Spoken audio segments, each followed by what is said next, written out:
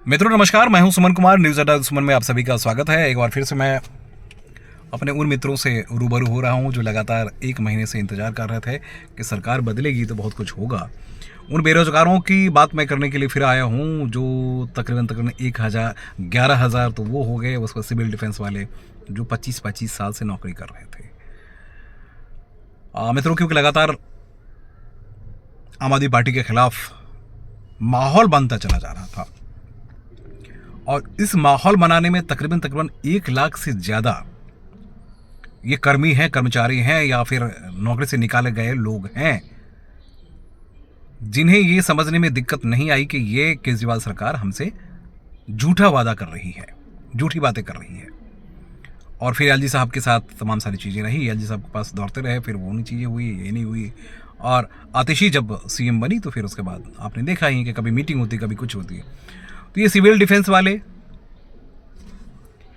क्षमा कीजिएगा, civil defence वाले जो कर्मी हैं, एक्स कर्मी, उनकी हालत सोची जो 25-25 साल से नौकरी कर रहे थे, अलग अलग विभागों में, अलग अलग मंत्रालय में। कई तो ऐसे थे जो गृह मंत्रालय में भी नौकरी कर रहे थे, लेकिन एक झटके में उनको नौकरी से निकाल दिया गया। सिविल डिफेंस की बात हम करते हैं, उसके बाद बस मार्शल्स की बात करते हैं। बस मार्शल्स भी लगभग 11,000 के आसपास है, उनकी फैमिली आज भी सड़क पे है। तो अब तो सत्ता में बीजेपी आ गई है, बीजेपी आ गई, लेकिन शपथ अभी नहीं हुआ है। तो मेरे मित्रों, हम लोग यही चाह रहे हैं कि जल्दी में आप लोगों के लिए काम हो, बस मार्शल्स के लिए। बीजेपी के कुछ नेताओं से मेरी चर्चा हुई, कल ही चर्चा हुई, और इनके ये बस मार्शल्स के जो भी लोग हैं उनसे भी चर्चा हुई। तो बीजेपी ने उनको जरूर भरोसा दिया है कि सरकार बनने के तुरंत बाद इस पे काम होगा। मैंने भी कल एक वरिष्ठ नेता से बातचीत की और मैंने पूछा कि भाई आपने एजेंडे में तो शामिल नहीं किया, आपने यानी बीजेपी ने अपने एजेंडे में शामिल नहीं किया। तो उनका ये कहना था कि देखिए हमने एजेंडे में शामिल नहीं किया, हमने इस मसले को, बस मार्शल्स और सिविल डिफेंस वालों का मसला जो है उसको 50,000 जो हमें नौकरी देनी है उसमें शामिल किया है। तुमने कहा भाई झूठ मत कर देना भाई, ये लोग बहुत ज़्यादा सड़कों पे तब से 15 महीने से 18 महीने से बैठे हुए हैं। 1700-1800 लोगों को ही अभी अकोमोडेट किया गया था, उनको भी सैलरी नहीं मिली है। तब उनका ये कहना था कि देखिए भाई काम तो करना पड़ेगा ना, हाँ इसमें कुछ तब्दीली आएगी, ऐसा उन्होंने कहा। इसमें कुछ नियम अलग से बनाए जाएंगे, संशोधन किए जाएंगे, और पहले सरकार गठित होती है, उसके बाद मुख्यमंत्री और तमाम सारी चीज़ें जो है। लेकिन एजेंडा में ये है, और एजेंडा में 50,000 के एजेंडे में ये भी लगभग 30,000 लोग हैं। इनको या तो फिर एज इट इज़ कंडीशन में आप उसको रिक्रूट करिए, या कुछ ना कुछ ऐसा सॉल्यूशन दीजिए जिनसे इनको भरोसा नहीं बल्कि उनको नौकरी चाहिए। हमारे चैनल के जरिए तमाम सारे ऐसे लोग हैं, बार बार हर दिन उनका रिक्वेस्ट आता है, दिल भर जाता है।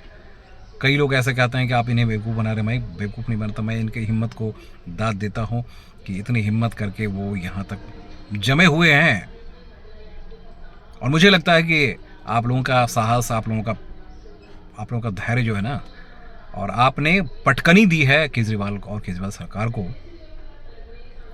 मुझे लगता है कि बीजेपी जल्दी ही इस मसले को लेकर आगे बढ़ेगी, सरकार आगे बढ़ेगी। नहीं तो हम लोग तो है ही ना साथ में, है ना, लड़ाएंगे, ऐसे छोड़ेंगे नहीं भैया। क्योंकि भाई हमने देखा है सिविल डिफेंस वालों ने कोरोना काल में अपनी जानें दी है। जब घर से बाहर आप निकल नहीं पाते थे, तभी आपके दरवाजे के बाहर बैठे होते थे पूरे दिन। दिल्ली पुलिस के फोर्सेस जो हैं वो भाग जाते थे, लाशें उठाने के लिए लोग तैयार नहीं होते थे। वो यही वैसे पात्र, बधाई के पात्र, आज हाथ में पात्र लेकर भटक रहे हैं नौकरी के लिए। केजरीवाल और एलजी के बीच में लड़ाई जो है इनको पूरी तरह से बर्बाद कर दिया है। अब कम से कम ये उम्मीद की जा सकती है मित्रों कि बीजेपी सत्ता में आ गई है, एलजी भी वही हैं जो पहले कहते थे कि इस तरह के प्रावधान हमने करने के लिए कहा था लेकिन उन्होंने नहीं किया। तो कम से कम ये बात तो अब नहीं कह पाएंगे कि ऐसा कहा और ऐसा हुआ और ये हो गया तो ऐसे हो गया, है ना। अब कम से कम ये बातें आप नहीं दोहराएंगे, दोहराना भी नहीं चाहिए। अगर दोहराएंगे तो फिर ये कहाँ जाएंगे। इन लोगों ने आपके भरोसे सब कुछ किया है, आपका साथ दिया है, आपकी बातें सुनी है, आपके नेताओं से मिले हैं, तमाम सारे अपने घर से लोगों को निकाला है। हाँ, एक बात जरूर सामने आ रही है कि इसमें से कुछ जो लोग खड़े हुए थे उन्होंने 150, 200, 500 वोट जरूर काटे हैं, लेकिन उससे कहीं ना कहीं इनडायरेक्ट वे में बीजेपी को ही फायदा हुआ है, ये भी हम जानते हैं, बहुत अच्छी तरह जानते हैं।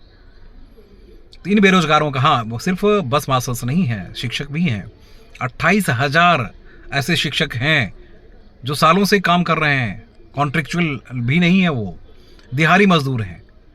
अगर एक दिन छुट्टी हो जाए तो उनकी सैलरी कट जाती है। अरे मंत्री जी आप भी विधानसभा नहीं चला पाते हैं, विधायक जी आप भी विधानसभा नहीं चलाते हैं, आपकी सैलरी कटती है क्या? मुख्यमंत्री की सैलरी कभी अपनी कटते हुए देखा क्या? उनके पीएस का सैलरी कभी कटते हुए देखा क्या? नेताओं का कभी सैलरी कटते हुए देखा क्या? इन गरीबों के साथ क्या? ये टीचर्स जो हैं क्या, इन्होंने क्या बिगाड़ लिया आपका?